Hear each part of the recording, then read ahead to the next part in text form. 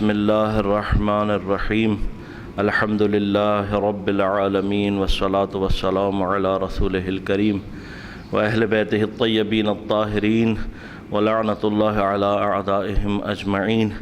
اما بعد، قال امام صادق علیہ الصلاۃ والسلام صلی اللہ علی محمد وعلی محمد: من قرأ القرآن وهو شباب مؤمن اختلط القرآن بلحمه ودمه وجعله الله عز وجل مع صفرة الكرام وكان القرآن حجيزا عنه يوم القيامة. صلوات اللهم صل على محمد.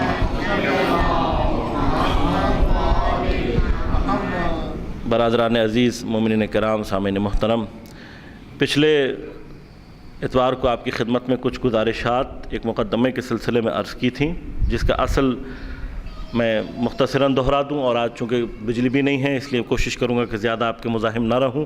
یقیناً گرمی ہے، پسینہ بھی ہے، اور گرمی کی شدت کی وجہ سے روزے میں اذیت بڑھ جاتی ہے. میں کوشش کروں گا کہ جتنی جلدی ممکن ہو سکے مطالب کو سمیٹ کے آپ کی زحمتوں کو تمام کروں. عزیزان محترم، پچھلے اتوار کو آپ کی خدمت میں مختصراً عرض یہ کیا تھا کہ پروردگار عالم جس طرح سے ہماری اس حیات مادی میں بہار آتی ہے، خزاں آتی ہے، اسی طرح سے پروردگار عالم کی رحمت کی بھی بہار کے مہینے ہیں، فصل بہار ہے. اور وہ فصل بہار پروردگار کی شروع ہوتی ہے، رجب کے مہینے سے آغاز کرتی ہے.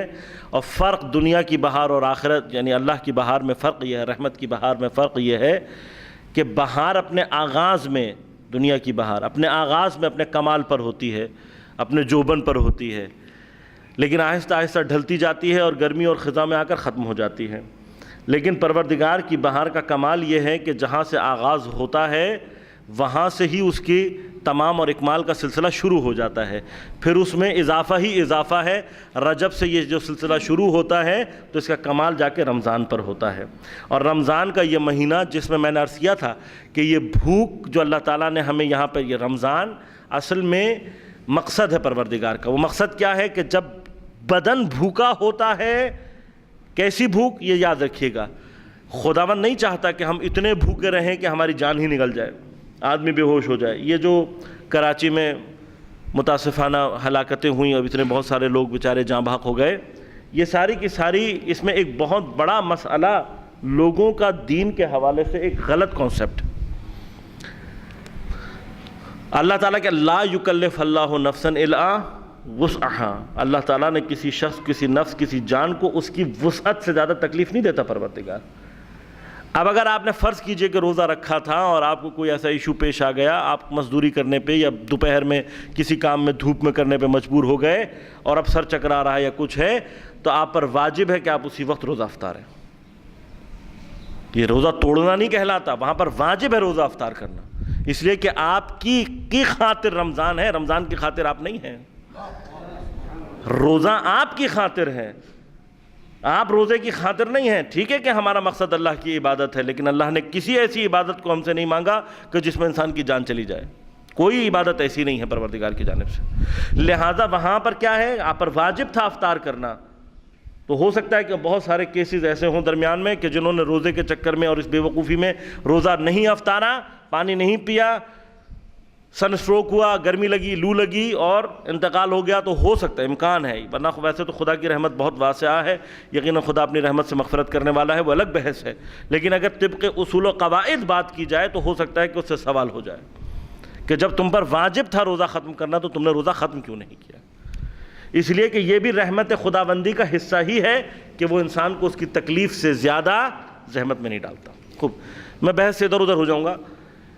جو بھوک مانگی گئی تھی وہ کیا، افراد و تفرید کے درمیان. نہ اتنا بھوک ہو کہ انسان حال سے بے حال ہو جائے، نہ اتنا پیٹ بھر کر کھاؤ کہ چلنا دوبھر ہو جائے، اٹھنا بیٹھنا مشکل ہو جائے، 2 گھنٹے تک سانس ہی نہ لی جائے. دونوں، نہ افراد نہ تفرید. بلکہ کیا قاعدہ رسول اکرم صلی اللہ علیہ وآلہ وسلم نے سمجھایا،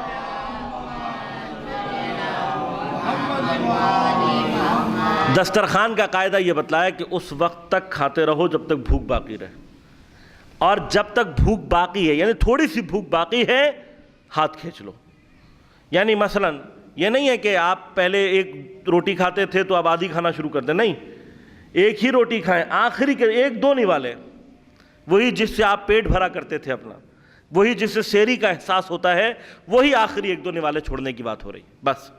کیوں؟ یہ جو ہلکی سی بھوک ہے، جسم کو ہلکی سی بھوک کا احساس روح کی حیات کا باعث بنتی ہے، روح زندہ رہتی ہے، روح بیدار رہتی ہے۔ میں نے آپ سے پچھلے اتوار کو بھی عرض کیا تھا، دوبارہ عرض کروں گا، تجربہ کر کے دیکھ لیجئے، سحری کے بعد والی نماز اور افطار سے پہلے والی نماز کے درمیان میں فرق محسوس کیجئے۔ سحری کے بعد، اب سحری میں کیا ہوتا ہے، خصوصاً ہمارے نوجوان دوست کوشش کرتے ہیں اتنا کھا لو، اتنا پی لو کہ پورا روزہ گزر جائے، حالانکہ وہ 2 یا 4 گھنٹے میں ہضم ہو جانا ہے، اس کے بعد کچھ نہیں بچتا۔ اب اتنا کھا لیا، جو اب نماز پڑھنے گئے ہیں تو نہ جھکا جا رہا، نہ سجدے میں جایا جا رہا، نہ رکوع ہو رہا، ایسے ہی ہے نا فجر کی نماز۔ لیکن جب آپ مغرب پر کھڑے ہوتے ہیں، جب پیٹ خالی ہے، کوئی ٹینشن نہیں ہوتی۔ آپ یقین کیجئے، اگر انسان کے اوپر اضطراب کی کیفیت نہ ہو، پیاس کی شدت کی کیفیت نہ ہو، تو تھکن کا احساس ضرور ہوتا ہے، خستگی کا احساس ہوتا ہے، لیکن اگر ذرا سی توجہ نماز کی طرف آپ زیادہ کریں گے تو آپ کو نماز میں مزہ آنے لگے گا۔ کیوں؟ کیونکہ اب رکوع میں کوئی ٹینشن نہیں ہے، اب سجدے میں کوئی پریشانی نہیں ہے، کوئی خیال نہیں ہوتا انسان کو۔ تو وہ جو سکون، وہ جو آرام ملتا ہے، وہی وہ روحانی کیفیت ہے جس کے پیچھے ہم جانا چاہتے ہیں۔ یہ وہی ہے، یہیں سے سٹارٹ لگے گا، یہیں سے آگے بڑھنا ہے، اسی کیفیت کو برقرار رکھنا ہے۔ تو ہم نے عرض کیا کہ یہ جو اللہ تعالیٰ بھوک رمضان کی ہمیں دکھلا رہا ہے، یہ کیا ہے؟ یہ مقصد ہے پروردگار کا، تاکہ ہماری روحیں بیدار ہوں، اور صرف احساس کا مرحلہ ہے۔ ہم اگر ہر نماز، ہر پورے سال اسی احساس کو بیدار رکھیں تو ہر آگے آنے والا رمضان ہمارے لیے پہلے سے زیادہ خوبصورت ہوتا چلا جائے گا، پہلے سے زیادہ بامعنی ہوتا چلا جائے گا، پہلے سے زیادہ روحانی تر ہوتا چلا جائے گا۔ اب میں نے عرض کیا تھا کہ نوجوان خاص طور پر، دیکھیے جوانی ایک ایسی شے ہے کہ جس میں انسان بظاہر اپنے آپ کو لگام میں نہیں رکھ سکتا، کنٹرول میں نہیں رکھ سکتا، لیکن پروردگار چاہتا اسی جوان سے ہے۔ کیوں؟ اس لیے کہ بہرحال اس کا چاہے جتنا بھی یہ کنٹرول سے باہر ہو، چاہے اس کی جوانی جتنا بھی اس کو آگے کی طرف لے کر جا رہی ہو، تب بھی اس کا دل پاکیزہ ہوتا ہے، اس کا دامن پاکیزہ ہوتا ہے، اس کی روح پاکیزہ ہوتی ہے، اس کے اندر درک کا جو مرحلہ ہے وہ ایک سن رسیدہ سے زیادہ ہوتا ہے۔ بس آپ اگر چاہیں کہ نماز کے لطف کو درک کرنا چاہیں، یہ ایام آپ کے لیے آمادہ ہیں۔ دوسری طرف آج جو روایت بیان کی، امام فرما رہے ہیں کہ من قرأ القرآن وہوا شاب مؤمن، کہ جس نے قرآن پڑھا، قرآن کی قراءت کی، کس حالت میں؟ کہ وہ ایک ایسا جوان مومن ہے۔ دیکھیے غیر مومن سے بات نہیں کر رہے مولا۔ کیوں؟ غیر مومن جو ہوتا ہے، یہاں پر یہ باقاعدہ ایک لائن ہے، یہ یاد رکھیے گا، غیر مومن سے غیر مومن ہی مراد ہے، غیر مومن سے وہی مراد ہے جو آپ سمجھ بھی رہے ہیں، غیر مومن سے وہی مراد ہے، غیر مومن، مومن کے علاوہ سب، جو بھی مومن کے علاوہ نہ قرآن پڑھتا ہے، قرآن کی اس کے اوپر تاثیر نہیں ہوتی۔ کیوں نہیں ہوتی؟ پچھلے میں نے گفتگو میں عرض کیا تھا کہ ہماری یہ روح جو ہے، یہ رابطہ پیدا کرتی ہے کس کے ساتھ؟ پروردگار کے ساتھ۔ ہماری روح کا ہمارے بدن کے ساتھ رابطہ کیا ہے؟ جیسے کہ سواری کا سوار کے ساتھ، سوار کا سواری کا، راکب کا مرکب کے ساتھ ہوتا ہے۔ جہاں چاہتا ہے سوار اپنے سواری کو لے جاتا ہے، راکب جہاں چاہتا ہے لے جاتا ہے۔ جس طرح سے ہماری روح کا ہمارے جسم کے اوپر تعلق ہے، امام کا اسی طرح سے پوری کائنات کے اوپر تصرف ہوتا ہے۔ امام کا تصرف اسی طرح سے پوری کائنات پر ہوتا ہے جیسا میری روح کا تصرف، میری روح کا اختیار میرے بدن پر ہے۔ تو جب ہم اپنے آپ کو پروردگار سے وصل کرنا چاہتے ہیں، دیکھیں میں نے عرض کیا تھا نا پچھلے اتوار کو کہ یہ جو اتصال ہے روح کا پروردگار سے، کیونکہ جو ذریعہ بننا ہے جسم نہیں ہے، روح ہے، ہماری اصل جو ہے وہ روح ہے۔ روح بیدار ہوگی، توجہ کرے گی۔ لِكُلِّ شَيْءٍ باب وباب العبادہ الصوم۔ اللہ تعالیٰ نے کس لیے خلق کیا ہمیں؟ وَمَا خَلَقْتُ الْجِنَّ وَالْإِنسَ إِلَّا لِيَعْبُدُونِ۔ میں نے نہیں خلق کیا انسان اور جنوں کو مگر اپنی عبادت کے لیے۔ بس ہمارا ہدف تخلیق کیا ہے؟ عبادت۔ اور معصوم کیا فرما رہے ہیں؟ لِكُلِّ شَيْءٍ بَابٌ، ہر شے کے لیے دروازہ ہے، ہر شے کے لیے دروازہ ہے۔ دروازے سے کیا مراد ہے؟ دروازے سے مراد کیا یہ لکڑی لوہے کا دروازہ؟ نہیں، مراد یہ نہیں ہے۔ ہر شے لازمات ہے، ہر شے کا دروازہ اس شے کی حسب اس کے مطابق ہوگا. وہ شے معنوی ہوگی دروازہ معنوی ہوگا، باب معنوی ہوگا. مادی ہوگی تو دروازہ مادی ہوگا. لیکن باب کا اصل معنی کیا ہے؟ باب دروازہ کس لیے استعمال ہوتا ہے؟ آنے جانے کے لیے، تردد کے لیے آنا جانا کرتے ہیں. یہ آنا جانا کیا ہے؟ یہ آنا جانا اندر کی شے کا باہر کی شے کے ساتھ اتصال ہے. دیکھیے یہ مسجد ہے، اس مسجد کا دروازہ ہے، مسجد کا یہ حصہ باہر کے ساتھ جو اب اگر آپ کہیں کہ یہ یہاں سے متصل ہے تو کوئی آپ کی بات پر نہیں مانے گا. کھڑکی، روشن دان، کوئی اور سوراخ، کچھ بھی آپ تصور کر لیجئے، اس کا مقصد باہر سے اتصال پیدا کرنا نہیں ہوتا. کوئی ہوتا ہے اس لیے کہ ہوا آ جائے، کوئی اس لیے ہوتا ہے کہ روشنی آ جائے. یہ نہیں ہوتا کہ باہر سے اتصال پیدا کیا جائے. اتصال، رابطہ پیدا کرنے والی شے دروازہ ہے.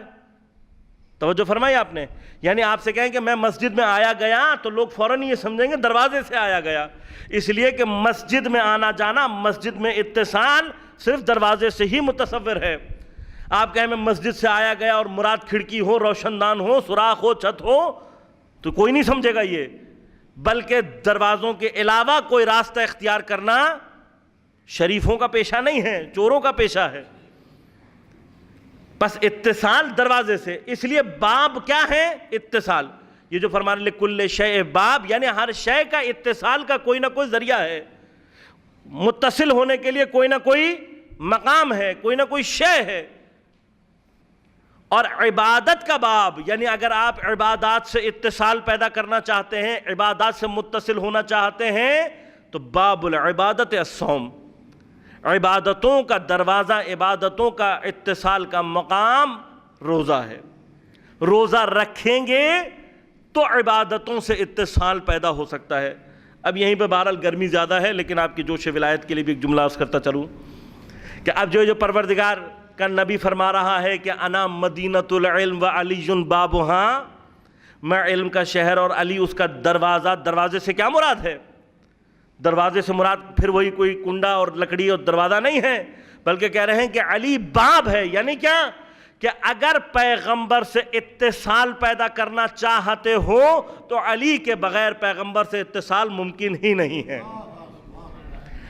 امیر المومنین علی علیہ السلام کے بغیر ممکن ہی نہیں ہے پیغمبر سے. دروازہ اسی لیے دروازہ کا باب کا کیوں کہ اگر پیغمبر سے اتصال پیدا کرنا چاہتے ہو تو علی کے علاوہ جو راستہ اختیار کرو گے غلط ہے. علی کے علاوہ کوئی راستہ اختیار کرو گے تم پیغمبر سے اتصال پیدا نہیں کر سکو گے. تو اگر علی سے اتصال پیدا نہیں کیا، پیغمبر سے اتصال پیدا نہیں ہوگا. اور اگر پیغمبر سے متصل نہیں ہوئے تو خدا سے متصل نہیں ہو سکتے. توجہ فرمائی آپ نے. یہ باب کا مطلب کیا ہے کہ اگر مجھ تک پہنچنا چاہتے ہو تو علی کے پاس جاؤ، اور جو علی کے پاس پہنچا وہ رسول، اور جو رسول کے پاس پہنچا وہ خدا. تو پس علی در واقع خدا سے اتصال کا نام ہے. علی علیہ السلام سے متصل ہونا یعنی خدا سے متصل ہونا. اور عبادات سے متصل ہونے کے لیے کیا فرمایا؟ صوم، روزہ رکھو، تم عبادات سے متصل ہونا شروع ہو جاؤ گے، تمہارا کنیکشن عبادات کے ساتھ پیدا ہو جائے گا. اب یہ ایک طرف سلسلہ جو میں نے عرض کیا. بس ایمان، ہم جس کی بات کر رہے ہیں وہ کون ہے؟ ایمان. عبادات کے لیے ایک دروازہ صوم ہے، دوسرا دروازہ کہ جس کے ذریعے سے یہ ساری عبادتیں اللہ سے متصل ہوں گی وہ امام ہے. اب میں یہاں پہ مفصل بحث اس طرف جانا نہیں چاہتا کیونکہ میں ایک خاص مقصد کی طرف. بس صرف مومن. اب آپ کو اللہ نے یہ شرف حاصل کیا کہ آپ ایک با ایمان خاندان میں پیدا ہوئے. شرف ہے نا اللہ تعالیٰ کی طرف سے. اللہ نے آپ کو یہ شرف عطا کیا ہے کہ آپ ایک با ایمان خاندان میں پیدا ہوئے. یہ ایمان آپ کو خود بخود آپ تک پہنچ گیا، یہ اللہ کی آپ کے اوپر عنایت ہے.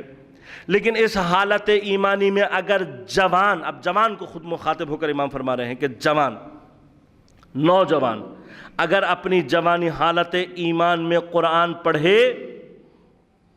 اب اس ایمان کا ایک اور معنی بھی کیا جا سکتا ہے. وہ معنی کیا ہے؟ کہ قرآن پر ایمان رکھتے ہوئے قرآن کو تلاوت کرے، اس ایمان کے ساتھ کہ یہ پروردگار کا کلام ہے، میرے لیے ہدایت اور رحمت ہے. اگر قرآن کی قراءت کرے اور قرآن کو سمجھنے کی کوشش کرے تو امام فرما رہے ہیں. دیکھیے امام کے فرمانے کا مطلب، امام کے کلام کا مطلب کیا کہ یہ گارنٹیڈ ہے، ایسا حتمن ہوگا، آپ بغیر پریشانی کا عمل کیجئے، یہاں 100% گارنٹی ہے۔ کیا فرمایا کہ جس نے جوانی میں قرآن کو تلاوت کیا، اختلط القرآن بلحمہ و دمہ۔ عجیب منزل ہے یہ کہ قرآن اس کے گوشت اور خون کے ساتھ مختلط ہو جاتا ہے، مخلوط ہو جاتا ہے، مکس ہو جاتا ہے۔ یعنی آپ کا گوشت، آپ کا خون قرآن بن سکتا ہے اگر آپ اسی جوانی میں قرآن سے اپنے آپ کو متصل کر لیں۔ اور کوئی زیادہ زحمت نہیں ہے۔ ہمارے ہاں نوجوان یہ سمجھتے ہیں کہ قرآن پڑھنا اور قرآن سمجھنا بہت مشکل کام ہے۔ دیکھو عزیزوں، اگر کوئی مقام حاصل کرنا چاہتے ہو، میں خصوصاً نوجوانوں سے یہ بات کرنا چاہتا ہوں، بزرگان یقیناً مستحضر ہیں، خصوصاً نوجوانوں سے، آپ اگر اچھے اسکول میں داخلہ لینا چاہتے ہیں تو جو داخلے کا امتحان ہوتا ہے وہ سخت ہوتا ہے یا آسان؟ مشکل ہوتا ہے۔ جتنے اچھے کالج، جتنے اچھی یونیورسٹی میں داخلہ لینا چاہیں گے اتنا سخت امتحان دینا پڑے گا۔ کیوں؟ اس لیے کہ جو سخت، جتنا اونچا معیار ہوگا اتنا سخت امتحان ہوگا۔ اگر آپ کو مقام سمجھ میں آ جائے، مثلا آپ کو ایک یونیورسٹی کے بارے میں یہ سمجھ میں آ جائے کہ اگر میں اس یونیورسٹی میں چلا گیا تو پھر میری کامیابی مکمل ہے، پکی ہے، پھر مجھے جاب آرام سے مل جائے گی، میری زندگی میں کامیابی گارنٹیڈ ہو جائے گی، حتماً مجھے ملے گی، تو پھر آپ کیا کریں گے؟ آپ اس یونیورسٹی تک پہنچنے کے لیے اپنا سارا زور لگا دیں گے، ہے یا نہیں؟ کیوں؟ اس لیے کہ اس یونیورسٹی تک پہنچنا گویا اپنی کامیابی کی تضمین کرنا ہے، اپنی کامیابی کی ضمانت کرنا ہے۔ مثلا کراچی میں NED یونیورسٹی انجینئرنگ کے بچوں کے لیے، میڈیکل کالج، میڈیکل کے طلاب کے لیے، IBA ایڈمنسٹریشن کے بچوں کے لیے کیا ہے، ایک جسے کہنا چاہیے کہ ان کے لیے ایک ارمان کے طور پر ہوتا ہے، ایک ایسا ارمان ہوتا ہے ان کا کہ اگر یہاں ہم چلے جائیں تو گویا ہماری کامیابی پکی۔ IBA سے بچہ MBA کر لے، جاب فوراً مل جاتی ہے، NED سے انجینئرنگ کر لے، جاب اچھی فوراً مل جاتی ہے، اچھے میڈیکل کالج سے پڑھ کر نکل جائے تو فوراً اچھی جگہ پر جاب مل جاتی ہے، لہذا تضمین، ضمانت ہو جاتی ہے۔ امام ضمانت دے رہے ہیں آپ کی کامیابی سے۔ کس درجے کی کامیابی ہے؟ قرآن سے اگر آپ ربط ہو جائیں تو اب آپ پہلے کامیابی کا درجہ سمجھنے کی کوشش کیجئے کہ اگر آپ نے جوانی میں قرآن پڑھ لیا تو آپ پہنچیں گے کہاں؟ یہ تو جو مرحلہ ہے کہ قرآن آپ کا خون اور گوشت بن جائے گا، ایک مرحلہ ہے یہ دنیا کا۔ کامیابی کیا ہے؟ کہاں پہنچیں گے؟ فرمایا کہ وَجَعَلَهُ اللَّهُ عَزَّ وَجَلَّ مَعَ سَفْرَةِ الْكَرَامِ۔ سفرہ سفیر کی جمع ہے، کرام کرامت مند کی جمع ہے، کرم کی جمع کرام ہے، یعنی ایسے فرشتے کہ جو پروردگار کے نزدیک با کرامت ہیں، پروردگار کے نزدیک مقبول ہیں، مقرب فرشتے۔ تقرب الہی کا وہ درجہ جو اللہ نے صرف بعض فرشتوں کو عطا کیا ہے وہ آپ کا منتظر ہے۔ اب اگر آپ چاہتے ہیں کہ آپ ایسے مقام پر پہنچ جائیں جہاں سوائے مقرب فرشتوں کے اور کوئی نہیں پہنچ سکتا تو راستہ قرآن ہے، ایک مرحلہ۔ ایسے سفیر کے جو با کرامت ہیں، سفیر فرشتہ سفیر کی مانند ہوتا ہے نا، پیغام لاتا ہے پروردگار کا، ایک معنی۔ لیکن بعض نے کہا نہیں، سفیر سے مراد انبیاء ہیں، اس لیے کہ فرشتے تو رابطہ ہے خدا اور انبیاء کے درمیان، لوگوں کے درمیان اصل سفیر کون ہے؟ پیغمبر ہیں، اللہ کے نبی ہیں۔ تو اگر سفرۃ الکرام کا معنی یہاں پہ انبیاء کیا جائے تو ہم جانتے ہیں نا کہ فضلنا بعضهم علی بعض، اللہ نے بعض کو بعض پر فضیلت دی ہے۔ ٹھیک ہے کہ سارے انبیاء من حیث نبی برابر ہیں، لیکن بعض کے درجات اللہ نے بعض کو دیے نا اولا۔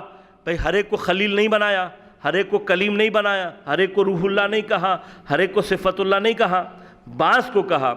بعض کو کتاب دی، بعض کو نہیں دی، بعض کو اولی العزم بنایا، بعض کو نہیں بنایا، سب کو سب کچھ بنایا، کسی کو سید المرسلین نہیں بنایا۔ توجہ ہے نا؟ تو یہ جو اللہ نے بعض کو بعض درجات دیے ہیں، تو اب جب یہاں پر سفرۃ الکرام کہہ رہا ہے اور مراد پیغمبر یا انبیاء ہوں تو پھر عام نبی نہیں بلکہ نبیوں میں بھی جو صاحب کرامت نبی ہے وہ مراد ہے۔ پس وہ جوان جو جوانی میں ایمان کی حالت میں قرآن پڑھ لے، قرآن سمجھ لے، تو گویا اللہ کے نزدیک وہ اس کے انبیاء میں سے ہوتا ہے۔ اور بھی روایتیں ہیں جو اسی مطلب پہ دلالت کرتی ہیں۔ ایک مرحلہ۔ دوسرا، وَكَانَ الْقُرْآنُ حَجِيزًا عَنْهُ يَوْمَ الْقِيَامَةِ، اور قیامت کے دن، قیامت کا دن کیا ہوگا یہ بہرحال ایک بڑی تفصیلی بحث ہے، ہم یہ سمجھتے ہیں، بس ایک شبہ کی بات کر کے میں جلدی تمام کروں گفتگو۔ خصوصاً ہمارے نوجوانوں کے ذہنوں میں ایک شبہ جو بعض خطیبوں نے، بعض شاعروں نے اس خاطر کہ اپنی تھوڑی سی داد مل جائے، تھوڑی سی ذرا سلسلہ گرم رہے مجلسوں کا، ہمارے ذہنوں میں یہ بات ڈال دی ہے کہ بڑی آسانی سے ہم عذاب سے نکل جائیں گے، ہے نا؟ بعض کے ذہنوں میں یہ ڈال دی بات کہ اگر عذاب ہوگا تو کچھ دنوں کا عذاب ہوگا، بالآخر ہم نے جنت میں جانا ہے۔ دیکھیں، ہو سکتا ہے کہ بات ایسے ہی ہو سکتا ہے کہ جو شخص گناہ گار ہو، اگر قیامت میں اس کا گناہ ایسا بھی ہوا کہ اس کی شفاعت ممکن نہ ہو سکی اور اس نے جہنم میں جانا ہوا، تو خدا اس کو جہنم میں بھیجے گا، لیکن اگر ایمان کے ساتھ، اعتقاد کے ساتھ مرا ہے بالآخر، تو آخر میں جنت میں ضرور پہنچے گا۔ اب کیا اس کا مطلب یہ ہے کہ ہم اللہ کے عذاب کو ہلکا سمجھیں؟ یہ جو کچھ دن ہیں، یہ کچھ دن سے کیا مراد ہے؟ کچھ گھنٹے، کچھ مہینے، کچھ سے کیا مراد ہے؟ یہ جو تفکر ہے عزیزوں، یہ کوئی ہمارے دین میں نیا نہیں ہے۔ آپ قرآن پڑھیں تو اللہ تعالیٰ یہودیوں سے مخاطب کر کے کیا کہتا ہے کہ یہودی یہی کہا کرتے تھے کہ ہم تو بنی اسرائیل ہیں، اگر ہمیں بھی عذاب ہوا بھی تو تھوڑا بہت عذاب ہوگا، پھر ہم جنت میں پہنچ جائیں گے۔ تو پروردگار نے ان سے فرمایا کہ کیا تم سے اللہ تعالیٰ نے کوئی وعدہ لیا اس چیز کا؟ کوئی وعدہ لیا ہے اس بات کا تم سے کہ تمہیں تھوڑے دن عذاب کر کے جنت میں بھیج دے گا؟ کیا گارنٹی ہے؟ کوئی گارنٹی نہیں۔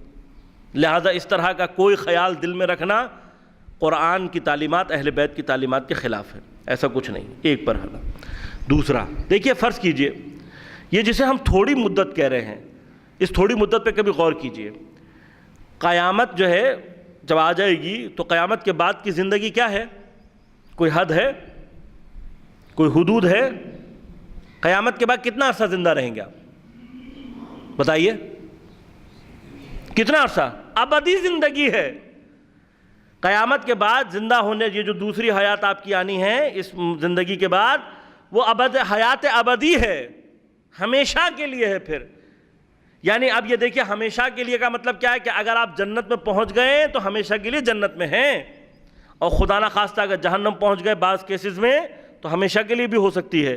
یہ جو ہم سمجھتے ہیں کہ نہیں، بعض اعمال ایسے ہیں کہ جو ایمان کو ختم کر دیتے ہیں، جلا دیتے ہیں، ان میں سے ایک گناہ اپنے سے کمزوروں کے اوپر ظلم ہے۔ اب ہم یہ سمجھتے ہیں کہ یہ جو ظالم حکمران ہیں صرف یہی ہیں جو جہنم میں جائیں گے ہمیشہ کے لیے۔ کیوں؟ اس لیے کہ گرمی ہو رہی ہے، اب یہ مثلا یہ حالات، بجائے اس کے کہ لوگوں کے لیے آپ مہیا کریں سلسلہ تاکہ لوگوں کی جانیں بچیں، آپ الٹا بجلی جا رہی ہے، حالات اور خراب ہو رہے ہیں۔ سب کچھ کر سکنے کے باوجود لوگوں کی زندگی وہ تنگ رکھی ہے، انہوں نے ہماری زندگی اجیرن بنائی ہے۔ جا سکتے ہیں جنت میں؟ ایک بھی نہیں جا سکتا جنت میں۔ جو عذاب یہ اپنے سر پر لے رہے ہیں، ویسے تو ہم تعین کنندے نہیں ہیں، ہمارا کام نہیں ہے کہ ہم طے کریں کون جنت میں کون جہنم میں جائے گا، لیکن کچھ چیزیں ایسی ہیں جو کہ اللہ تعالیٰ نے ظاہر میں رکھی ہیں، ہمیں معلوم ہے۔ ہم یہ سمجھتے ہیں کہ یہ ظالم حکمران یہ جنت میں نہیں جا سکتا کیونکہ اس نے ظلم کیا، اور یہ حکمران تھا، اتنی بڑی قوم پہ ظلم کیا، ہر بندے کا گناہ اس کے سر پر ہے، یہ جائے گا۔ صرف یہ نہیں عزیزوں، گھر کے اندر وہ ساس جو بہو پر ظلم کر رہی ہے، یہ اس ظالم حکمران سے فرق نہیں ہے۔ ان دونوں میں صرف فرق یہ ہے کہ اس کو صرف ایک بندہ ملا ہے ظلم کرنے کے لیے، اس کو پوری قوم ملی ہے ظلم کرنے کے لیے۔ دونوں میں فرق صرف یہ ہے، وہ باپ جو اپنے بچوں پر ظلم کر رہا ہے، وہ بہو جو اپنے ساس سسر پہ ظلم کر رہی، کوئی بھی، وہ بیٹا جو اپنے ماں باپ پر ظلم کر رہا، کوئی بھی، کیا ہے مسئلہ؟ اس کے ظلم کا دائرہ یہ ہے، یہ اس کو اتنا موقع ملا، یہ اتنا ظلم کر رہا ہے، آپ اس کو بڑی جگہ پر بیٹھا دیں گے، یہ بڑے پیمانے پر ظلم شروع کر دے گا۔ تو بھائی موقع کے حساب سے کر رہا ہے تو حساب بھی موقع کے حساب سے ہوگا۔ تو یہ جو سانسیں بہوؤں پہ ظلم کرتی ہیں یا بہویں سانسوں پر ظلم کرتی ہیں، یہ اس خوشی میں نہ رہے کہ ہم نے ایک آدمی پہ ظلم کیا معاف ہو جائیں گے جلدی، نہیں، تمہیں موقع ایک پہ ظلم کرنے کا ملا تھا، 100 پہ ملتا تو تم 100 پر ظلم کرتے، تو تمہارا حساب اسی حساب سے ہوگا۔ ہو سکتا ہے کہ بہت سارے لوگ یزید، فرعون اور نمرود کے ساتھ محشور ہوں، اگرچہ وہ کوئی حاکم نہ ہو، وہ کوئی حکمران نہ ہو، انہوں نے خدائی کا دعویٰ نہ کیا ہو، لیکن ان کی حرکتوں اور نمرود کی حرکت میں کوئی فرق نہیں تھا، اس لیے اللہ ان کو ان کے ساتھ محشور کرے گا۔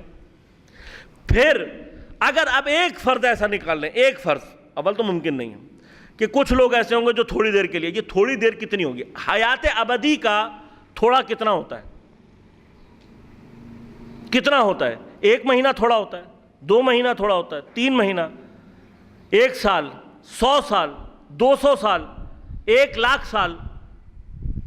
حیات ابدی کے مقابلے میں جو بھی فگر آپ لے کر آئیں گے وہ تھوڑی کہلائے گی۔ تو یہ جسے آپ تھوڑی کہہ رہے ہیں، اگر 1,00,000 سال ہوئے تو جہنم میں 1,00,000 سال رہنا پسند کریں گے کیا؟ یہ تو میں نے 1,00,000 سال کی سٹوری سنائی آپ کو۔ دوسرے، اگر آپ ایک اور فرض پر آ جائیں، 1 گھنٹے کے لیے اللہ تعالیٰ کہے جہنم کا چکر لگا کر آنا ہے بس تم نے، تو عزیزوں یہ گھنٹہ تھا، گھنٹہ، 1 سیکنڈ جسے کہتے ہیں نا، سیکنڈ، لہجہ، 1 لہجے کا عذاب انسان خدا کا برداشت نہیں کر سکتا، یہ لکھ لیں ہم نے۔ یعنی واقعاً اگر خدا کہنا کہ 1 سیکنڈ کا، تو ہم یہ کہیں گے پروردگار نہیں، جسے تو سخت عذاب کہتا ہے وہ خدا جانے کتنا سخت عذاب ہوگا۔ ہمارا ہاتھ آگ میں چلا جائے تو کتنی دیر تک تکلیف ہوتی ہے؟ ہاتھ جل جائے، جسم جل جائے، کتنی دیر تک تکلیف ہوتی ہے؟ اس آگ کا مقابلہ جہنم کی آگ سے ہو ہی نہیں سکتا۔ یعنی روایتوں میں صرف ہمیں سمجھانے کے لیے کہا گیا ہے کہ جہنم کی آگ کو اگر 70 مرتبہ بجھایا جائے پانی میں تو جو آگ بنے گی وہ دنیا کی آگ سے مراد جو ہے وہ ماچس کی آگ ہے، چولہے کی آگ ہے؟ نہیں، دنیا کی آگ سے مراد یہ ہے کہ دنیا میں جو سخت ترین آگ تم متصور کر سکتے ہو، وہ آگ جو لوہا پگھلا دیتی ہے، وہ آگ جو پتھر پگھلا دیتی ہے، اس آگ کو کہہ رہے ہیں دنیا کی آگ سے مراد وہ آگ ہے جو لہجے بھر میں انسان کو بھسم کر دے، ختم ہو جائے انسان۔ تو دنیا کی آگ تو آپ کو جلا کے ختم کر دے گی، احساس ختم ہو جائے گا۔ قیامت کی آگ جو اس آگ سے 70 گنا زیادہ سخت ہے، ایک طرف، دوسرا آپ ختم نہیں ہوں گے، دوسرا مرحلہ نہیں ختم ہوں گے، وہاں درد باقی رہنا ہے، وہاں جسم باقی رہنا ہے، وہاں صرف درد ہے۔ اب تصور کر سکتا ہے کوئی؟ نہیں کر سکتا، خدا ہی صرف ہمیں اپنی پناہ میں رکھ سکتا ہے، اس کے علاوہ کوئی نہیں ہے۔ لیکن جو جوان قرآن کو اپنی جوانی میں پڑھ لے، کان القرآن حجیزاً عنہ یوم القیامہ، تو قرآن اس کی حفاظت کرے گا قیامت کے دن۔ تو اگر آپ چاہتے ہیں کہ قیامت کے دن آپ کے پاس، کیوں؟ اس لیے کہ ہم بہت آسان سمجھتے ہیں، قیامت برپا ہوگی اور اہل بیت ہمیں پکاریں گے اور ہم دوڑتے ہوئے جائیں گے اہل بیت کے پاس پکڑ کے ان کا دامن۔ نہ عزیزوں، اتنا آسان نہیں ہے۔ خود اہل بیت سے جو روایتیں ملی ہیں آپ پڑھ کر دیکھیں، اتنے سخت مراحل ہیں کہ جناب فاطمہ بنت اسد، اللہم صلی اللہ علیہ وسلم، جیسی بی بی محترمہ امیر المؤمنین کی ماں ہونا، پیغمبر اکرم نے جس کو ماں کہا، جس کا جنازہ پڑھایا، اس سے پہلے قبر میں لیٹے اپنا کرتا دیا، کرامتوں کی انتہا جس بی بی پر ہے وہ قیامت کے خوف سے لرز رہی ہے۔ تو ہماری اور آپ کی حیثیت کیا ہے؟ بس اگر آپ چاہتے ہیں کہ دنیا اور آخرت میں کوئی شے آپ کو استحکام دے سکے، آپ کی حفاظت کر سکے، تو قرآن کے سوا کچھ نہیں۔ دنیا میں بھی کامیابی کی گارنٹی ہے، آخرت میں بھی گارنٹی۔ لہٰذا اگر سختی، اب وہ سختی بس میں 5 منٹ اور لوں گا عزیزوں، وہ سختی کیا ہے؟ ہم یہ سمجھتے ہیں کہ قرآن مشکل ہے۔ 70% قرآن کے الفاظ عربی کے اردو میں جو الفاظ ہیں وہ برابر ایک جیسے، 70% الفاظ ایک جیسے ہیں، 30% الفاظ پر آپ نے کام کرنا ہے۔ کتابیں موجود ہیں، کورس موجود ہیں، جس طرح سے آپ اور کوئی کورس رکھتے ہیں، پڑھتے ہیں، کمپیوٹر سیکھتے ہیں وغیرہ وغیرہ، ایک 3 مہینے کا کورس ہے مفاہیم القرآن کا۔ آپ آپس میں بھی، یعنی کتاب خرید کے ایک دوسرے کے ساتھ آپس میں بھی تیاری کر سکتے ہیں۔ تھوڑی سی توجہ آپ قرآن پر کریں گے، قرآن ایک دفعہ آپ اپنی محنت کریں، 2 دفعہ محنت کریں، تیسری دفعہ میں قرآن آپ کے لیے روان ہو جائے گا، آپ کو ترجمے کی ضرورت نہیں پڑے گی، اور پڑھتے چلے جائیں گے، سمجھتے چلے جائیں گے۔ دقت 4 چیزیں ہیں جو قرآن آپ سے چاہتا ہے: تلاوت، تدبر، عمل اور تبلیغ۔ قرآن پڑھیں، قرآن کی جو پڑھا اس کے اوپر سوچیں، سوچنے کے بعد اس پر عمل کرنے کی کوشش کریں۔ اپنا روزانہ کا روٹین بنا لیں۔ اگر آپ روزانہ کا روٹین بنا لیں، قرآن کی کل کتنی آیات ہیں؟ 6666 ایک اندازہ. ان میں سے بعض آیتیں بہت ہی چھوٹی ہیں. اگر آپ تقریباً حساب کتاب نکالیں گے آخر میں بڑی مشکل سے 3000 آیتیں بنتی ہیں چھوٹی بڑی مکس کرنے کے بعد. یعنی روزانہ کی 2 آیتیں بھی اگر آپ لگا لیں 3000 کا مطلب 10 سال. 10 سال میں آپ 10 سال بڑا ٹائم لگتا ہے نا, لیکن گزرتے ہوئے نہیں پتہ لگتا. لیکن اگر آپ فرض کیجئے کہ یہ طے کر کے کہ میں ہر روز قرآن کی 2 آیتوں پڑھوں گا, اس کے اوپر جو ہے وہ سوچوں گا اور عمل کروں گا, تو 10 سال کے بعد ہو سکتا ہے آپ کو یہ افتخار حاصل ہو جائے کہ میں نے قرآن کی ہر آیت پہ تدبر کر کے عمل کیا ہے. تو قرآن کے بارے میں آپ خدا کو کہہ سکتے ہیں کہ پروردگار میں نے اس کتاب کو چھوڑا نہیں. اور آپ قرآن پر عمل کریں گے, قرآن نہ دنیا میں آپ کو چھوڑے گا نہ آخرت میں چھوڑے گا. یہاں فضائل کی ایک دنیا ہے اگر میں بیان کرنے پر آؤں, لیکن مقصد نہیں ہے. عزیزوں, آج کا دن پیغمبر اکرم صلی اللہ علیہ وآلہ وسلم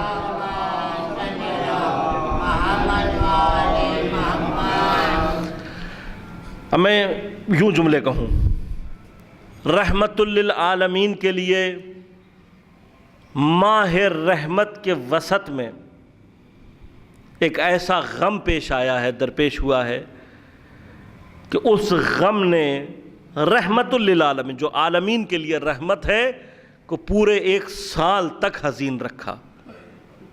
یعنی یہ تو وہ حزن ہے جو پیغمبر کو چھوڑ نہیں رہا. ورنہ جناب خدیجہ کی اس جدائی کا غم ساری عمر پیغمبر کو رہا ہے.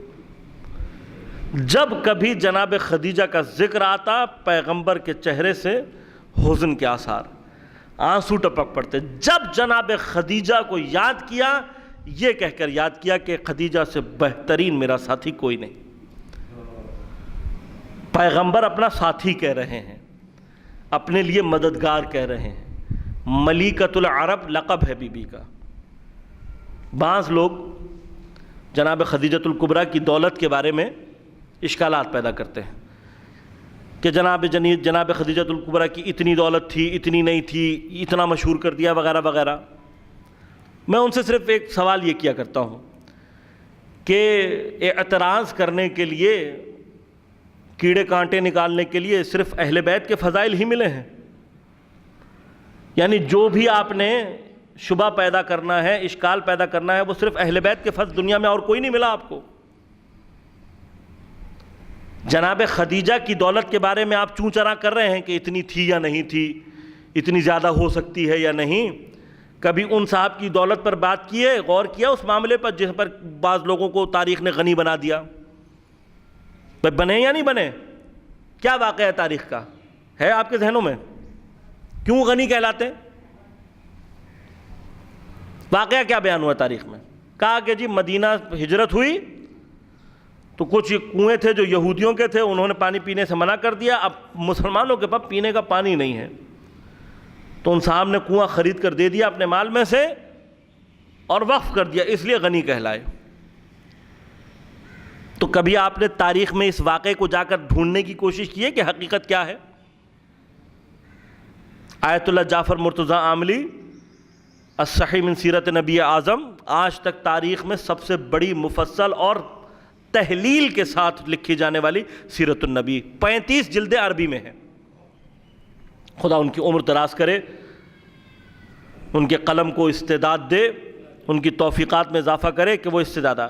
سیرت الصحیح من سیرت علی ابن ابی طالب 40 جلدوں میں, اتنی مفصل تحلیل کے ساتھ آج تک نہیں لکھی گئی. خدا ان کی عمر کو طولانی اور بابرکت قرار دے, اور اس طرح کے وہ چیزیں ہمارے لیے چھوڑ کر جائیں دنیا سے. اس مقام پر آ کر ایک عجیب بیان لکھتے ہیں, 8 کنووں کے نام گنوائے ہیں, نام تاریخ میں, انہی کی تاریخ میں سے. خود لکھتے ہیں کہ مدینہ میں ہجرت کے وقت یہ 8 کنویں پھر بھی وقف تھے, ہر کوئی ان 8 کنووں سے پانی پی سکتا تھا, ان کنووں پر کسی کے ساتھ کوئی پابندی نہیں تھی. 8 کنووں کے نام لیے ہیں تاریخ میں, نام موجود ہیں. یہ تو نام موجود ہیں, جن کے نام نہیں ہوں گے وہ کتنے ہوں گے؟ ایک مرحلہ. دوسرا میں ایک سوال کرتا ہوں, میرا سوال یہ ہے کہ آپ یہ بتلائیے کہ خلافت کے غصب ہونے کے بعد سے لے کے 25 سال تک, خلافت غصب ہوئی 25 سال تک امیر المومنین کیا کرتے رہے؟ کیا کام تھا امیر المومنین کا؟ بتائیں، کیا مشہور کام تھا امیر المومنین کا؟ کیا کیا کرتے تھے؟ امیر المومنین کنویں کھودا کرتے تھے، زمین کو آباد کیا کرتے تھے، وہ باغ جو اس کنویں سے آباد ہوتا تھا کنویں سمیت وقف کر دیا کرتے تھے۔ سینکڑوں کنویں امیر المومنین نے 25 سال میں کھودے، سینکڑوں جگہوں کو آباد کیا اور وقف کر دیا۔ اب میرا آپ سے ایک سوال ہے، ایک امیر المومنین سینکڑوں کنویں کھود سکتے ہیں، سینکڑوں مسلمان مل کے ایک کنواں نہیں کھود سکتے تھے؟ کو کنواں کھودنا کو بہت بڑی فنکاری ہے، کنویں کھودنے میں کو بہت مشکل لگتی ہے۔ ایک امیر المومنین سینکڑوں کھود سکتے ہیں، سینکڑوں مل کر ایک کنواں نہیں کھود سکتے تھے؟ کتنی مشقت لگتی جو کہ ایک کنویں کے اوپر کسی کو آپ نے تاریخ میں ساری جتنی بھی سخاوت ہے ان کے گلے میں ڈال دی۔ کبھی اعتراض کیا آپ نے؟ نہیں کیا۔ آنکھوں میں چبھتی ہے آپ کی خدیجہ کی دولت، چبھے گی کیوں نہیں؟ اس لیے کہ جتنی بھی تھی مجھے سے غرض نہیں، مجھے غرض نہیں ہے اس سے کہ کتنی دولت تھی، مجھے صرف اتنا پتا ہے کہ خدیجہ نے اتنی دولت دی کہ قرآن کی آیت نے اتر کے کہا کیا الم یجد کا یتیمن فآوا ووجدک عائلا فاغنا، اے نبی ہم نے تمہیں عائل پا کر غنی کر دیا۔ اور تمام مفسرین متفق علیہ یہ کہتے ہیں کہ یہ جو غنا، یعنی کون کہہ رہا ہے یہ؟ وہ جو غنی مطلق ہے، وہ پروردگار جو غنی مطلق ہے، وہ اپنے پیغمبر کے لیے کہہ رہا ہے کہ ہم نے تجھے عائل پا کر غنی نہیں کیا۔ تو خدا جس دولت کے بارے میں یہ کہے کہ اے نبی اس دولت نے تجھے غنی کر دیا، تو وہ خدا ہی جانتا ہے وہ دولت کتنی ہوگی۔ میں نے عائل کا ترجمہ جان بوجھ کے نہیں، کبھی موقع ملا انشاءاللہ کروں گا۔ یہ جو تنگ دست اور فقیر ترجمہ کیا جاتا ہے یہ غلط ترجمہ ہے، ایک خاص اعتبار سے غلط سے مراد یہ کہ بعض علماء نے ایک خاص پیرائی میں ترجمہ کیا ہوتا ہے، یعنی اس کے لوازم کو ترجمہ کیا ہوتا ہے۔ 100% خدا نہ خواستہ میں علماء پہ اعتراض نہیں کر رہا، 100% یعنی کیا ہوتا ہے لوازم کو سامنے رکھ کے یا سمجھانے کی غرض سے کیا ہوتا ہے، ورنہ عائل کا اپنا ایک خاص معنی ہے۔ انشاءاللہ میں کبھی موقع ملا عرض کروں گا۔ تو جس بی بی کی دولت کو خدا یہ کہہ دے کہ اے نبی ہم نے تمہیں اس کے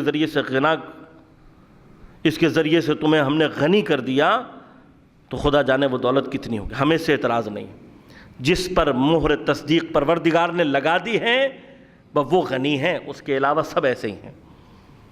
تو تاریخ میں اگر کوئی غنی کہلانے کے قابل ہے تو وہ خدیجۃ الکبریٰ ہے اور کوئی نہیں، جس نے اپنی ساری دولت اس طرح سے دے دی کہ پھر پیغمبر کے اپنے گھر میں بھی کچھ نہیں ہوتا تھا۔ غزہ پہنچانے کے لیے ملکۃ العرب بہرحال جتنی بھی دولت مند تھیں اتنی تو تھیں کہ اپنے گھر سے کبھی پہاڑوں پر پیدل نہیں جایا کرتی تھیں، لیکن پیغمبر کی محبت ہے کہ غار حرا تک بی بی کھانا لے کر پیدل جایا کرتی، پیروں میں زخم ہو جاتے ہیں لیکن پیغمبر بھوکے نہ رہیں۔ اس کا نام ہے خدیجۃ الکبریٰ۔ ایسی بی بی کہ جس کے جدائی کے غم نے پیغمبر کو 1 سال تک محزون رکھا، وہ بی بی کہ جس کو دنیا میں اس کی وفات سے پہلے اللہ نے سلام بھجوایا، وہ بی بی جس کے لیے آسمان سے جبرائیل کفن لے کر آئے کہ اے پیغمبر اللہ نے جناب خدیجہ کے لیے کفن بھیجا، اے پیغمبر اللہ نے جناب خدیجہ کو سلام دے۔ وفات کے وقت میں میری بی بی کو کوئی اور پریشانی نہیں ہے، لیکن پیغمبر کو بلوا کر بی بی ایک بات کہہ رہی ہے یا رسول اللہ کوئی تکلیف نہیں ہے، مجھے کوئی پریشانی نہیں ہے، کوئی سوال کوئی شکایت کچھ نہیں، میں راضی بے رضا ہوں، میری زہرا بہت چھوٹی ہے، میری فاطمہ میری زہرا کا خیال رکھنا۔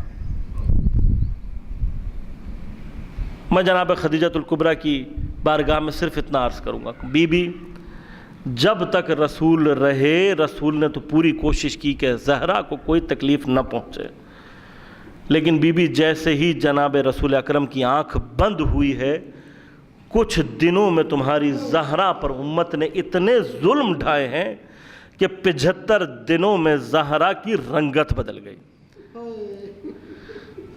75 دنوں میں ایسے ظلم کے پہاڑ توڑے ہیں تمہاری بیٹی پر کہ 75 دنوں میں بیٹی تمہاری وہ بیٹی جو شاب ابو طالب کی 4 سالہ تکلیفوں میں جس نے اف نہیں کی تھی، 75 دنوں میں زہرا کو امت نے اس طرح سے رلایا ہے کہ بی بی قبر رسول پر بیٹھ کر اپنے بال کھول کر یہ ماتم کیا کرتی تھی، یہ گریہ کیا کرتی تھی کہ سبت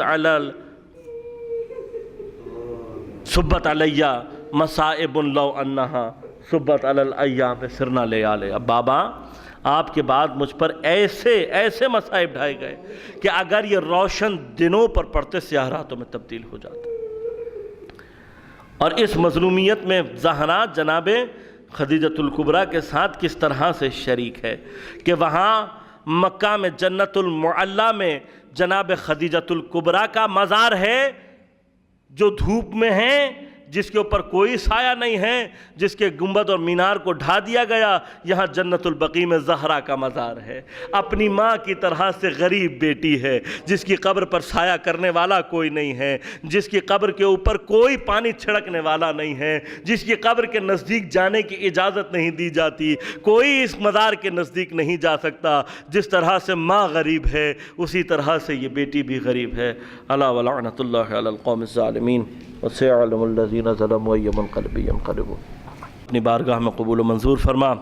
بار الہ اس رحمت کے مہینے میں، قرآن کی بہار کے مہینے میں بار الہ ہمیں توفیق عنایت فرما کہ ہم قرآن سے اپنے اتصال کو برقرار کر سکیں. بار الہ ہمارے خصوصاً نوجوان کے جن کے دل پاکیزہ ہیں، بار الہ ان کو قرآن سے محبت عنایت فرما. بار الہ ہمارے بزرگوں کو، جتنے بھی ہمارے بزرگان ہیں، بار الہ ان کو عاقبت بخیر فرما، ان کے گناہان کبیرہ و صغیرہ کو معاف فرما. قرآن کو ان کے لیے دنیا اور آخرت میں بہترین دوست اور ساتھی قرار دے. بار الہ اس رحمت کے مہینے میں خصوصاً اس سارے علاقے جس میں گرمی ہو رہی ہے، بار الہ باران رحمت کو جاری فرما. بار الہ شیعان حیدر کرات جہاں جہاں ہیں دنیا میں ان کے حفظ و امان، ان کو اپنے حفظ و امان میں رکھ. بار الہ جہاں جہاں باطل سے برسر پیکار ہیں، بحرین میں، یمن میں، عراق میں، شام میں، سعودی عرب میں، لبنان میں، بار الہ ان کو نصرت و کامیابی عنایت فرما. دین دشمن، اہل بیت دشمن، انسان دشمن قوتوں کو نیست و نابود فرما. بار الہ فلسطین اور اسی طرح سے برما کے جو مظلوم مسلمان ہیں ان کی مدد فرما. بار الہ بقیہ تمام مقامات پر شیعوں میں آپس میں اتحاد اتفاق عنایت فرما. رہبر انقلاب اسلامی حزب اللہ کی رہبریت، انصار اللہ کی رہبریت کی حفاظت فرما. تمام جتنے بھی مراجع اعظام ہیں خصوصاً شیخ نمیر اور جس طرح کے بزرگان کی حفاظت فرما. بار الہ تمام مقامات مقدسہ کی حفاظت فرما، خصوصاً حضرت زینب سلام اللہ علیہ کے روضے کی حفاظت فرما. بار الہ جنت المعلیٰ جنت البقیع کے تعمیر کا جو سلسلہ ہے اس کو فراہم فرما. امام زمانہ علیہ السلام کے ظہور میں تعجیل فرما. بار الہ امام کے انصار و اعوان میں شمار ہونے کی توفیق عنایت فرما. ربنا تقبل منا انک انت السمیع العلیم برحمتک یا ارحم الراحمین. ایجوکیشنل سوسائٹی بچوں اور بڑوں کے لیے پر مبنی مختلف نئے تربیتی انداز کے اور تفریحی مقامات جس میں خرافات اور دور حال، بچوں کی تربیت، اخلاقی معیارات، آنے والے مسائل اور ان کا حل کو اندرونی اور خارجی اور اس طرح کے مختلف طرز اور خوبصورتی کے. اس کے علاوہ فکری درس فوراً بعد سیارت امامی تیار بھی پابندی کے ہیں تاکہ نئی نسل بلکہ فکری سطح کو آج ہی www.almes.com